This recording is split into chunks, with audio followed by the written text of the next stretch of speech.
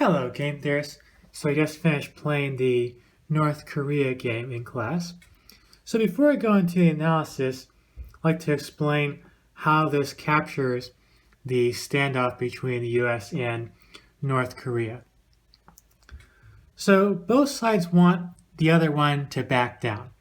Like we want them to abandon their nuclear program. They want to keep developing more and more advanced missiles and stuff like that. So in order to try to get the other side to back down, we have these escalations. So we might try to have like some military exercise with South Korea right on their border. And they come back by having a big military exercise with their military right on the border as well to show us that they're tough, they're serious, don't hurt us, don't harm us. And then we could do another military exercise. They might try capturing some civilian ship that's near their waters, other provocations like that. Usually these provocations is designed to signal that we're serious, you don't want to fight with us, this will be nasty if it goes to war, we are willing to fight. The drawback, though, is each provocation also increases the chance that a war could break out accidentally. So if we decide we're going to have some big military exercise right on their border, then what if a stray bullet from the exercise hits some North Korea border guard? Then you could have an actual war. Or if you have your airplanes flying close to their airspace to demonstrate that you could strike them whenever you want to, if your airplane actually does get into their airspace and they shoot it down, you could get an actual war. So each provocation is designed to show that you're tough, you're not going to back down, and that could get the other side to give up.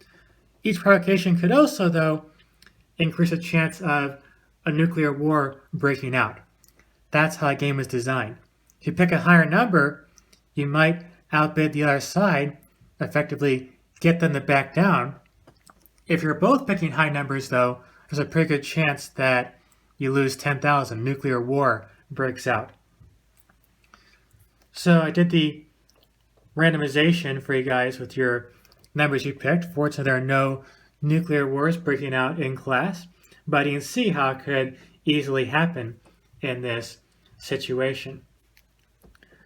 So another way I think about this game is that it's effectively a continuous version of the chicken game.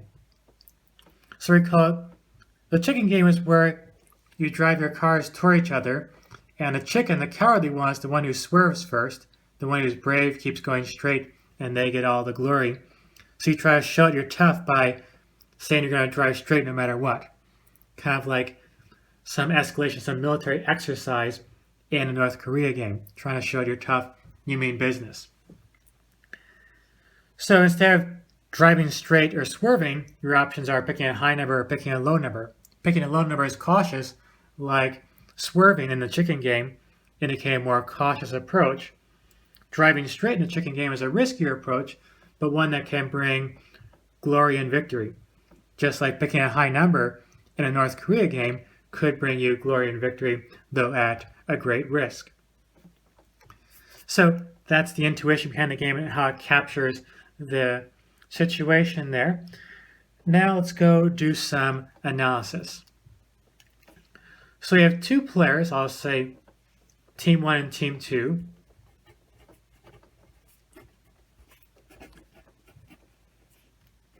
I'll say Team 1's picking number N1, and Team 2 picks number N2.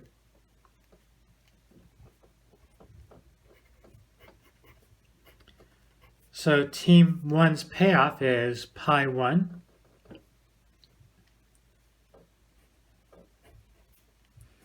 So if they pick a number that's bigger than the other team, so if I pick 50 and you pick 40, then I get the $100.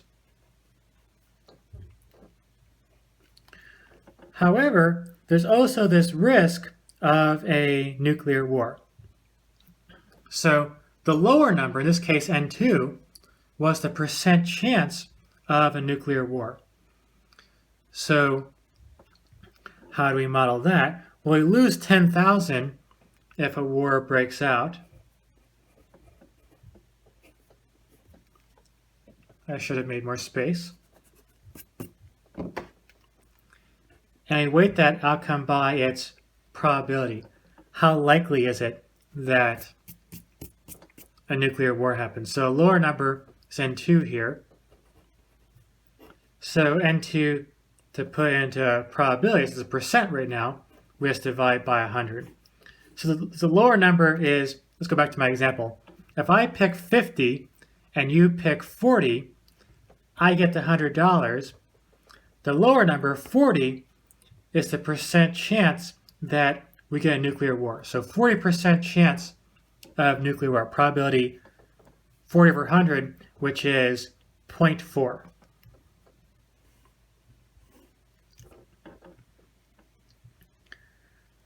On the other hand, if we pick the lower number, if N1 is less than N2, in that case, they're going to get the 100 and we get 0, but we still face the risk of a nuclear war. So we could lose 10,000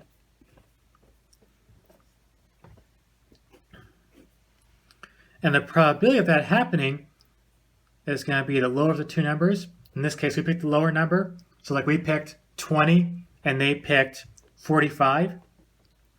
So because we picked 20 and 20 is the lower number, it's a 20% chance of a nuclear war. So 20 over 100.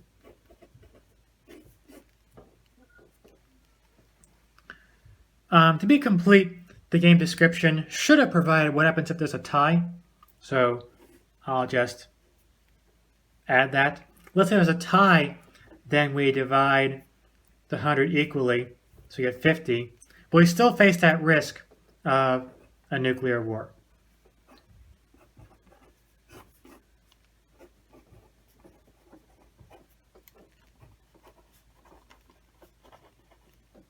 So you could lose 10,000 with probability N1 over 100. Now the tie doesn't matter if it's N1 or N2 because they're equal, so I just picked N1, doesn't matter.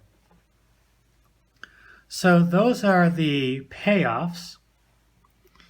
We can simplify a bit and do some cancellation.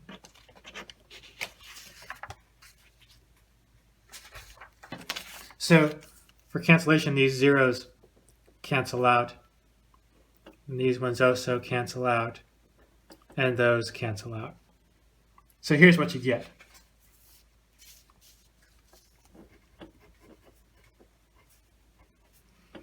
Pi 1 is going to be 100 minus 102 if N1's higher,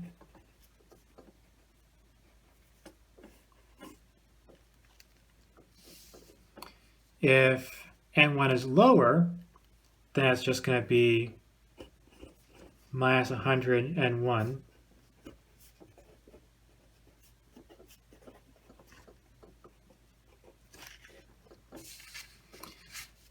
And if they're equal,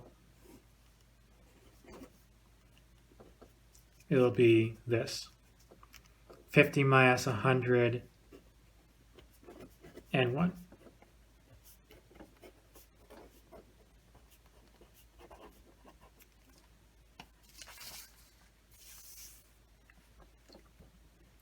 So those are our payoffs. By symmetry, it's something very similar for Team 2's payoffs.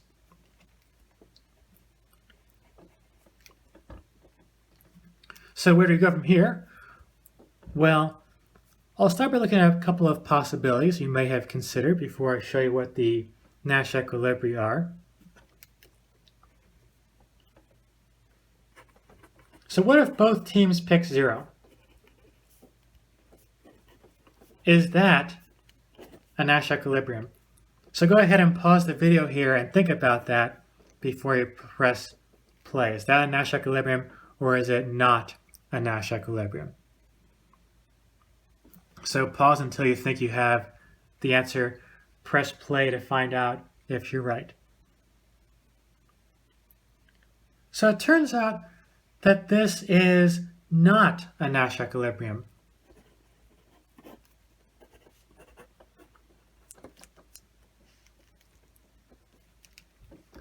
So remember, a Nash equilibrium means that no player can get a higher payoff by deviating. So we both pick 0. That means we're going to tie over here, and we're getting a payoff of 50.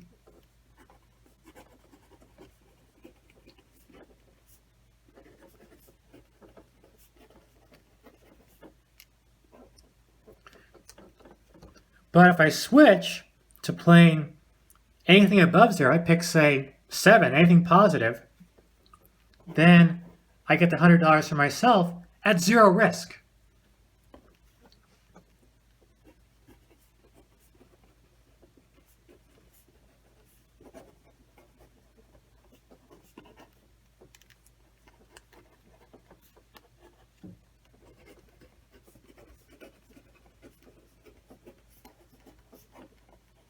So remember, the probability of a nuclear war is the lower of the two numbers. So if they're picking 0 and I'm picking 7, I get the 100, and the probability of a nuclear war is 0.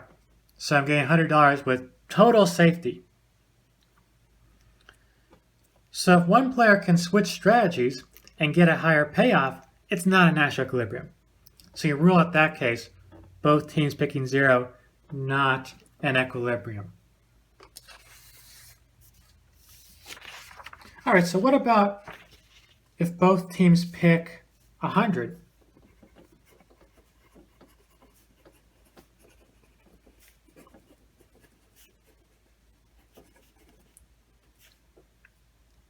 Is that a Nash equilibrium, or is that not a Nash equilibrium? Go ahead and pause the video here and think about that for a moment. All right, I'll assume you've given this some thought. This is also not a Nash equilibrium. So if both teams pick 100, there is a tie, so you split the $100 equally. The probability of a nuclear war is the smaller of the two numbers, which is 100%. So you get nuclear war with certainty. So you get the 50, but small consolation because you lose 10,000 due to the nuclear war. So you're both getting, I guess, minus 9,000. Whoops. Minus 9,950.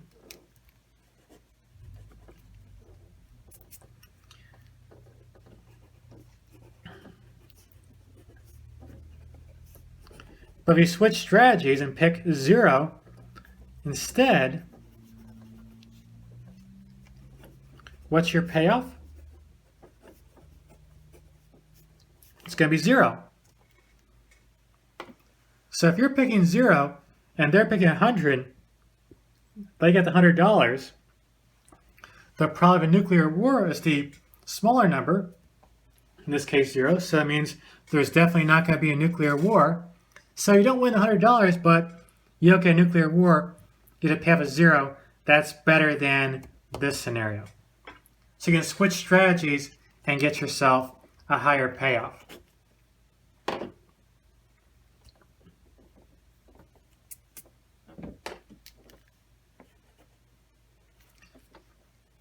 So it turns out there are two sets of Nash equilibria in pure strategies. There might also be a mixed strategy Nash equilibrium. I already tried to verify it once, but the math got extremely complex, so let's just not go there.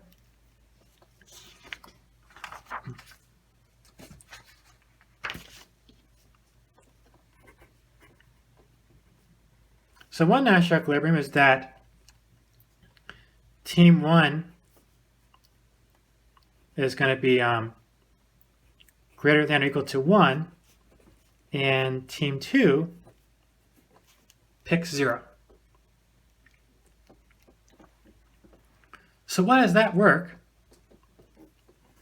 Let's say Team 1 is picking 30.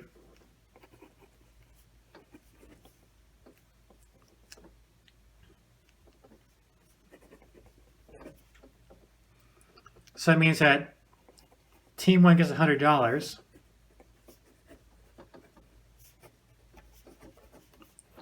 And there's no risk of nuclear war.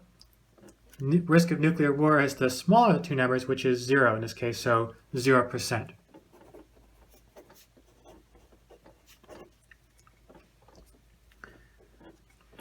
Now, to show us a Nash equilibrium, we got to show that neither side can benefit by switching strategies. So Team 1 does not want to switch. That's because they're already getting $100 with certainty. You can't possibly do any better than that in this game.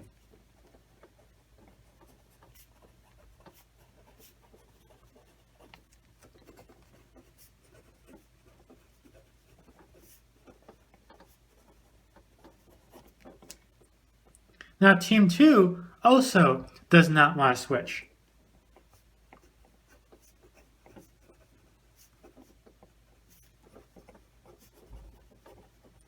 So they decide, I'm going to pick 40 to outbid them. That's going to be more risk than it's worth.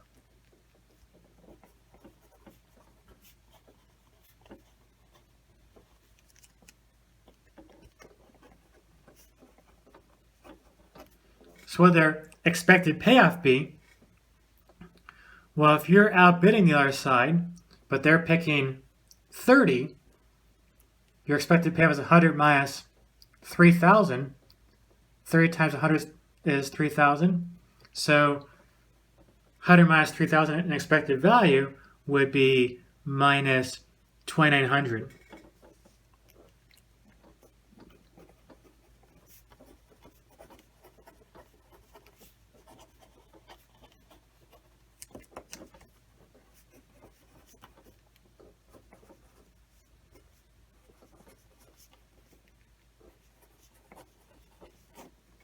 So they could outbid Team 1 and win, but it's not worth the risk. A 30% chance of a nuclear war is just too big of a risk to run. So Team 2 also does not want to switch. Now this game is symmetric, so there's another Nash equilibrium that's similar. For the same reasons, you could have N1 picking 0, and N2 could be anything greater than or equal to 1. And this fits in with what I was saying earlier about this being a continuous version of the chicken game. So playing 0 in this game is a very safe strategy. It's like swerving in a chicken game in order to avoid collision. Picking something large is a risky strategy, which helps you win, but also involves some possible car crash, or in this case, a possible nuclear war. So there's one Nash equilibrium where one player plays the risky strategy and the other side backs down, and the other Nash equilibrium is where it's reversed. Just like in a chicken game where the Nash equilibria are one player goes straight, the other player swerves, and the other one's reversed. And again, there might be a mixed strategy Nash equilibrium there, but the match just got way too complicated for a senior level class. So that's the North Korea game. I also thought a bit about some other ways to model the conflict between the US and North Korea. And it does give us some insights into US policy.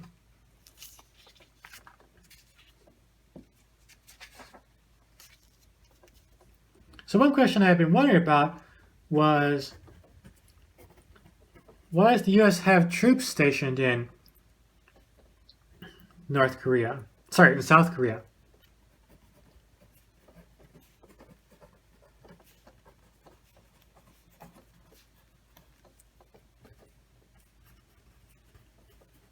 So why I was puzzled was because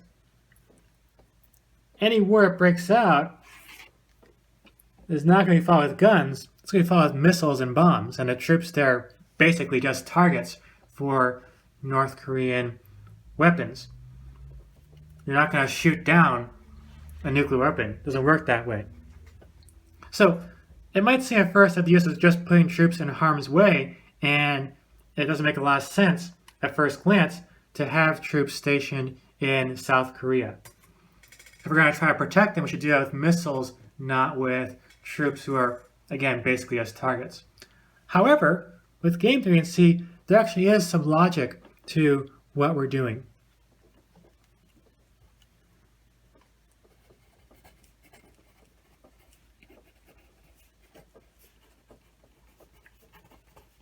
And this is not just about the Korean conflict, it also generates some insights for game theory in general.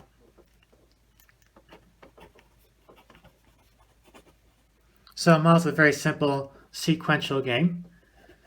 North Korea can choose peace, or they can invade South Korea. They pick peace and the game just ends and nothing changes.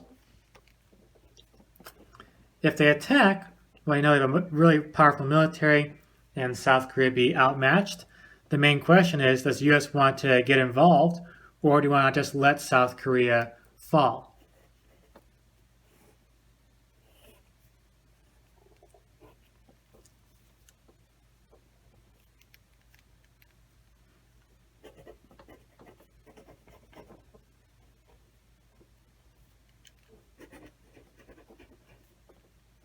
So let's put the payouts with North Korea's on top.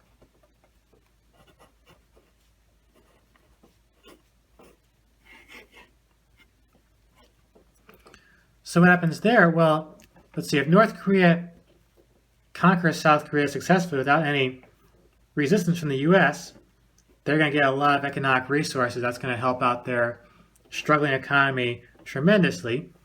Let's say it's a payoff of positive 10. Here in the US, we are saddened that South Korea fell, but we didn't lose any troops because we withdrew. So we'll call that a minus 10 for the US. If the US responds by attacking North Korea, we get this big, probably nuclear war. That's going to be really bad for both of us.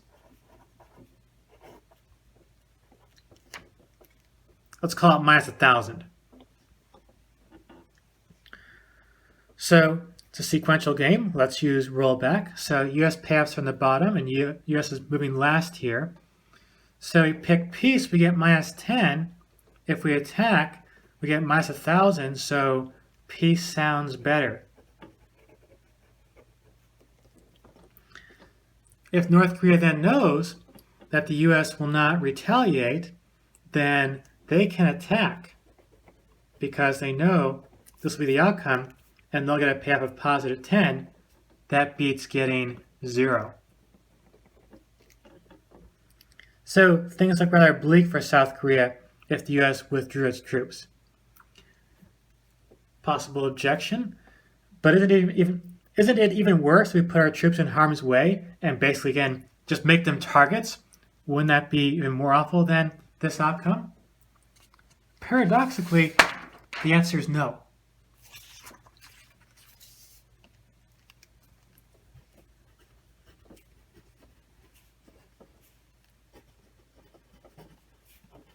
Here's why.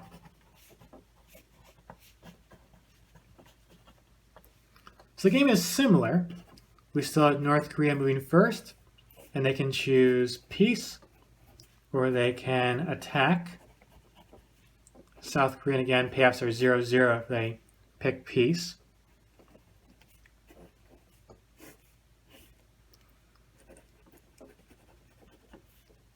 The US can attack in retaliation. I get this nasty war. Payoffs are minus 1,000 each. Or we can pick peace.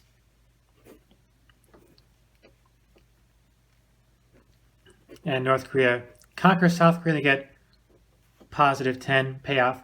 But here's the difference.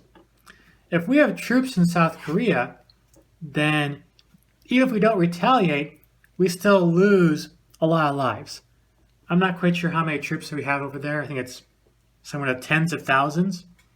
So even if we do nothing, if we don't retaliate, we're still losing tens of thousands of Americans. And on top of that, we also are saddened to see South Korea fall. We don't want them to fall. They're an ally of us, and we like promoting freedom around the world. So maybe that's even worse. Maybe it's a payoff of minus 1,001.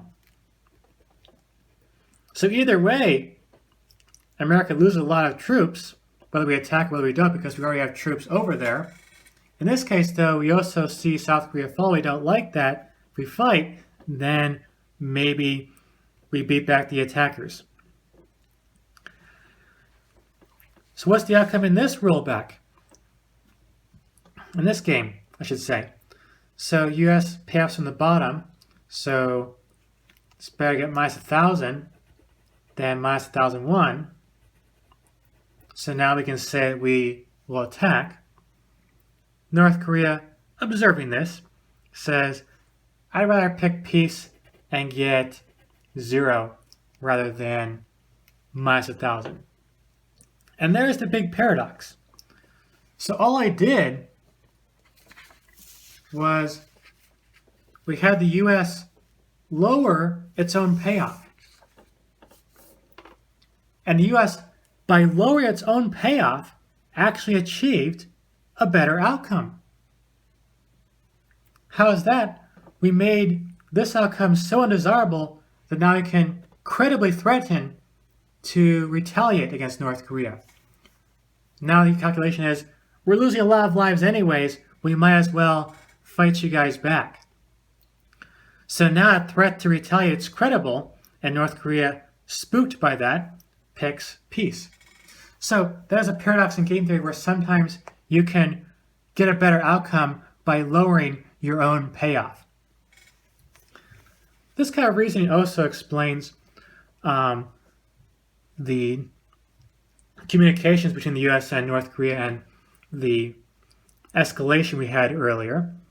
So both sides are trying to sound tough. They're trying to sound like we really would go to war if you attack us, so you had better not attack us. So you have things like Trump calling Kim Jong-un Rocket Man and stuff like that, and you have North Korea making their own verbal attacks on the U.S. and their own escalations by doing things like holding military exercises and all that. It all fits in the context of game theory where you're trying to get the other side to back down in a version of the chicken game. But this is a good idea to keep in mind where, paradoxically, lowering one of your own payoffs can actually improve your outcome. And there is some rationale for the U.S. keeping troops in South Korea. It shows them that we're serious about their security and we will definitely fight back if the North Koreans try anything. So that wraps up our episode on the North Korean game. We'll look more at continuous strategy games in the rest of Chapter 5.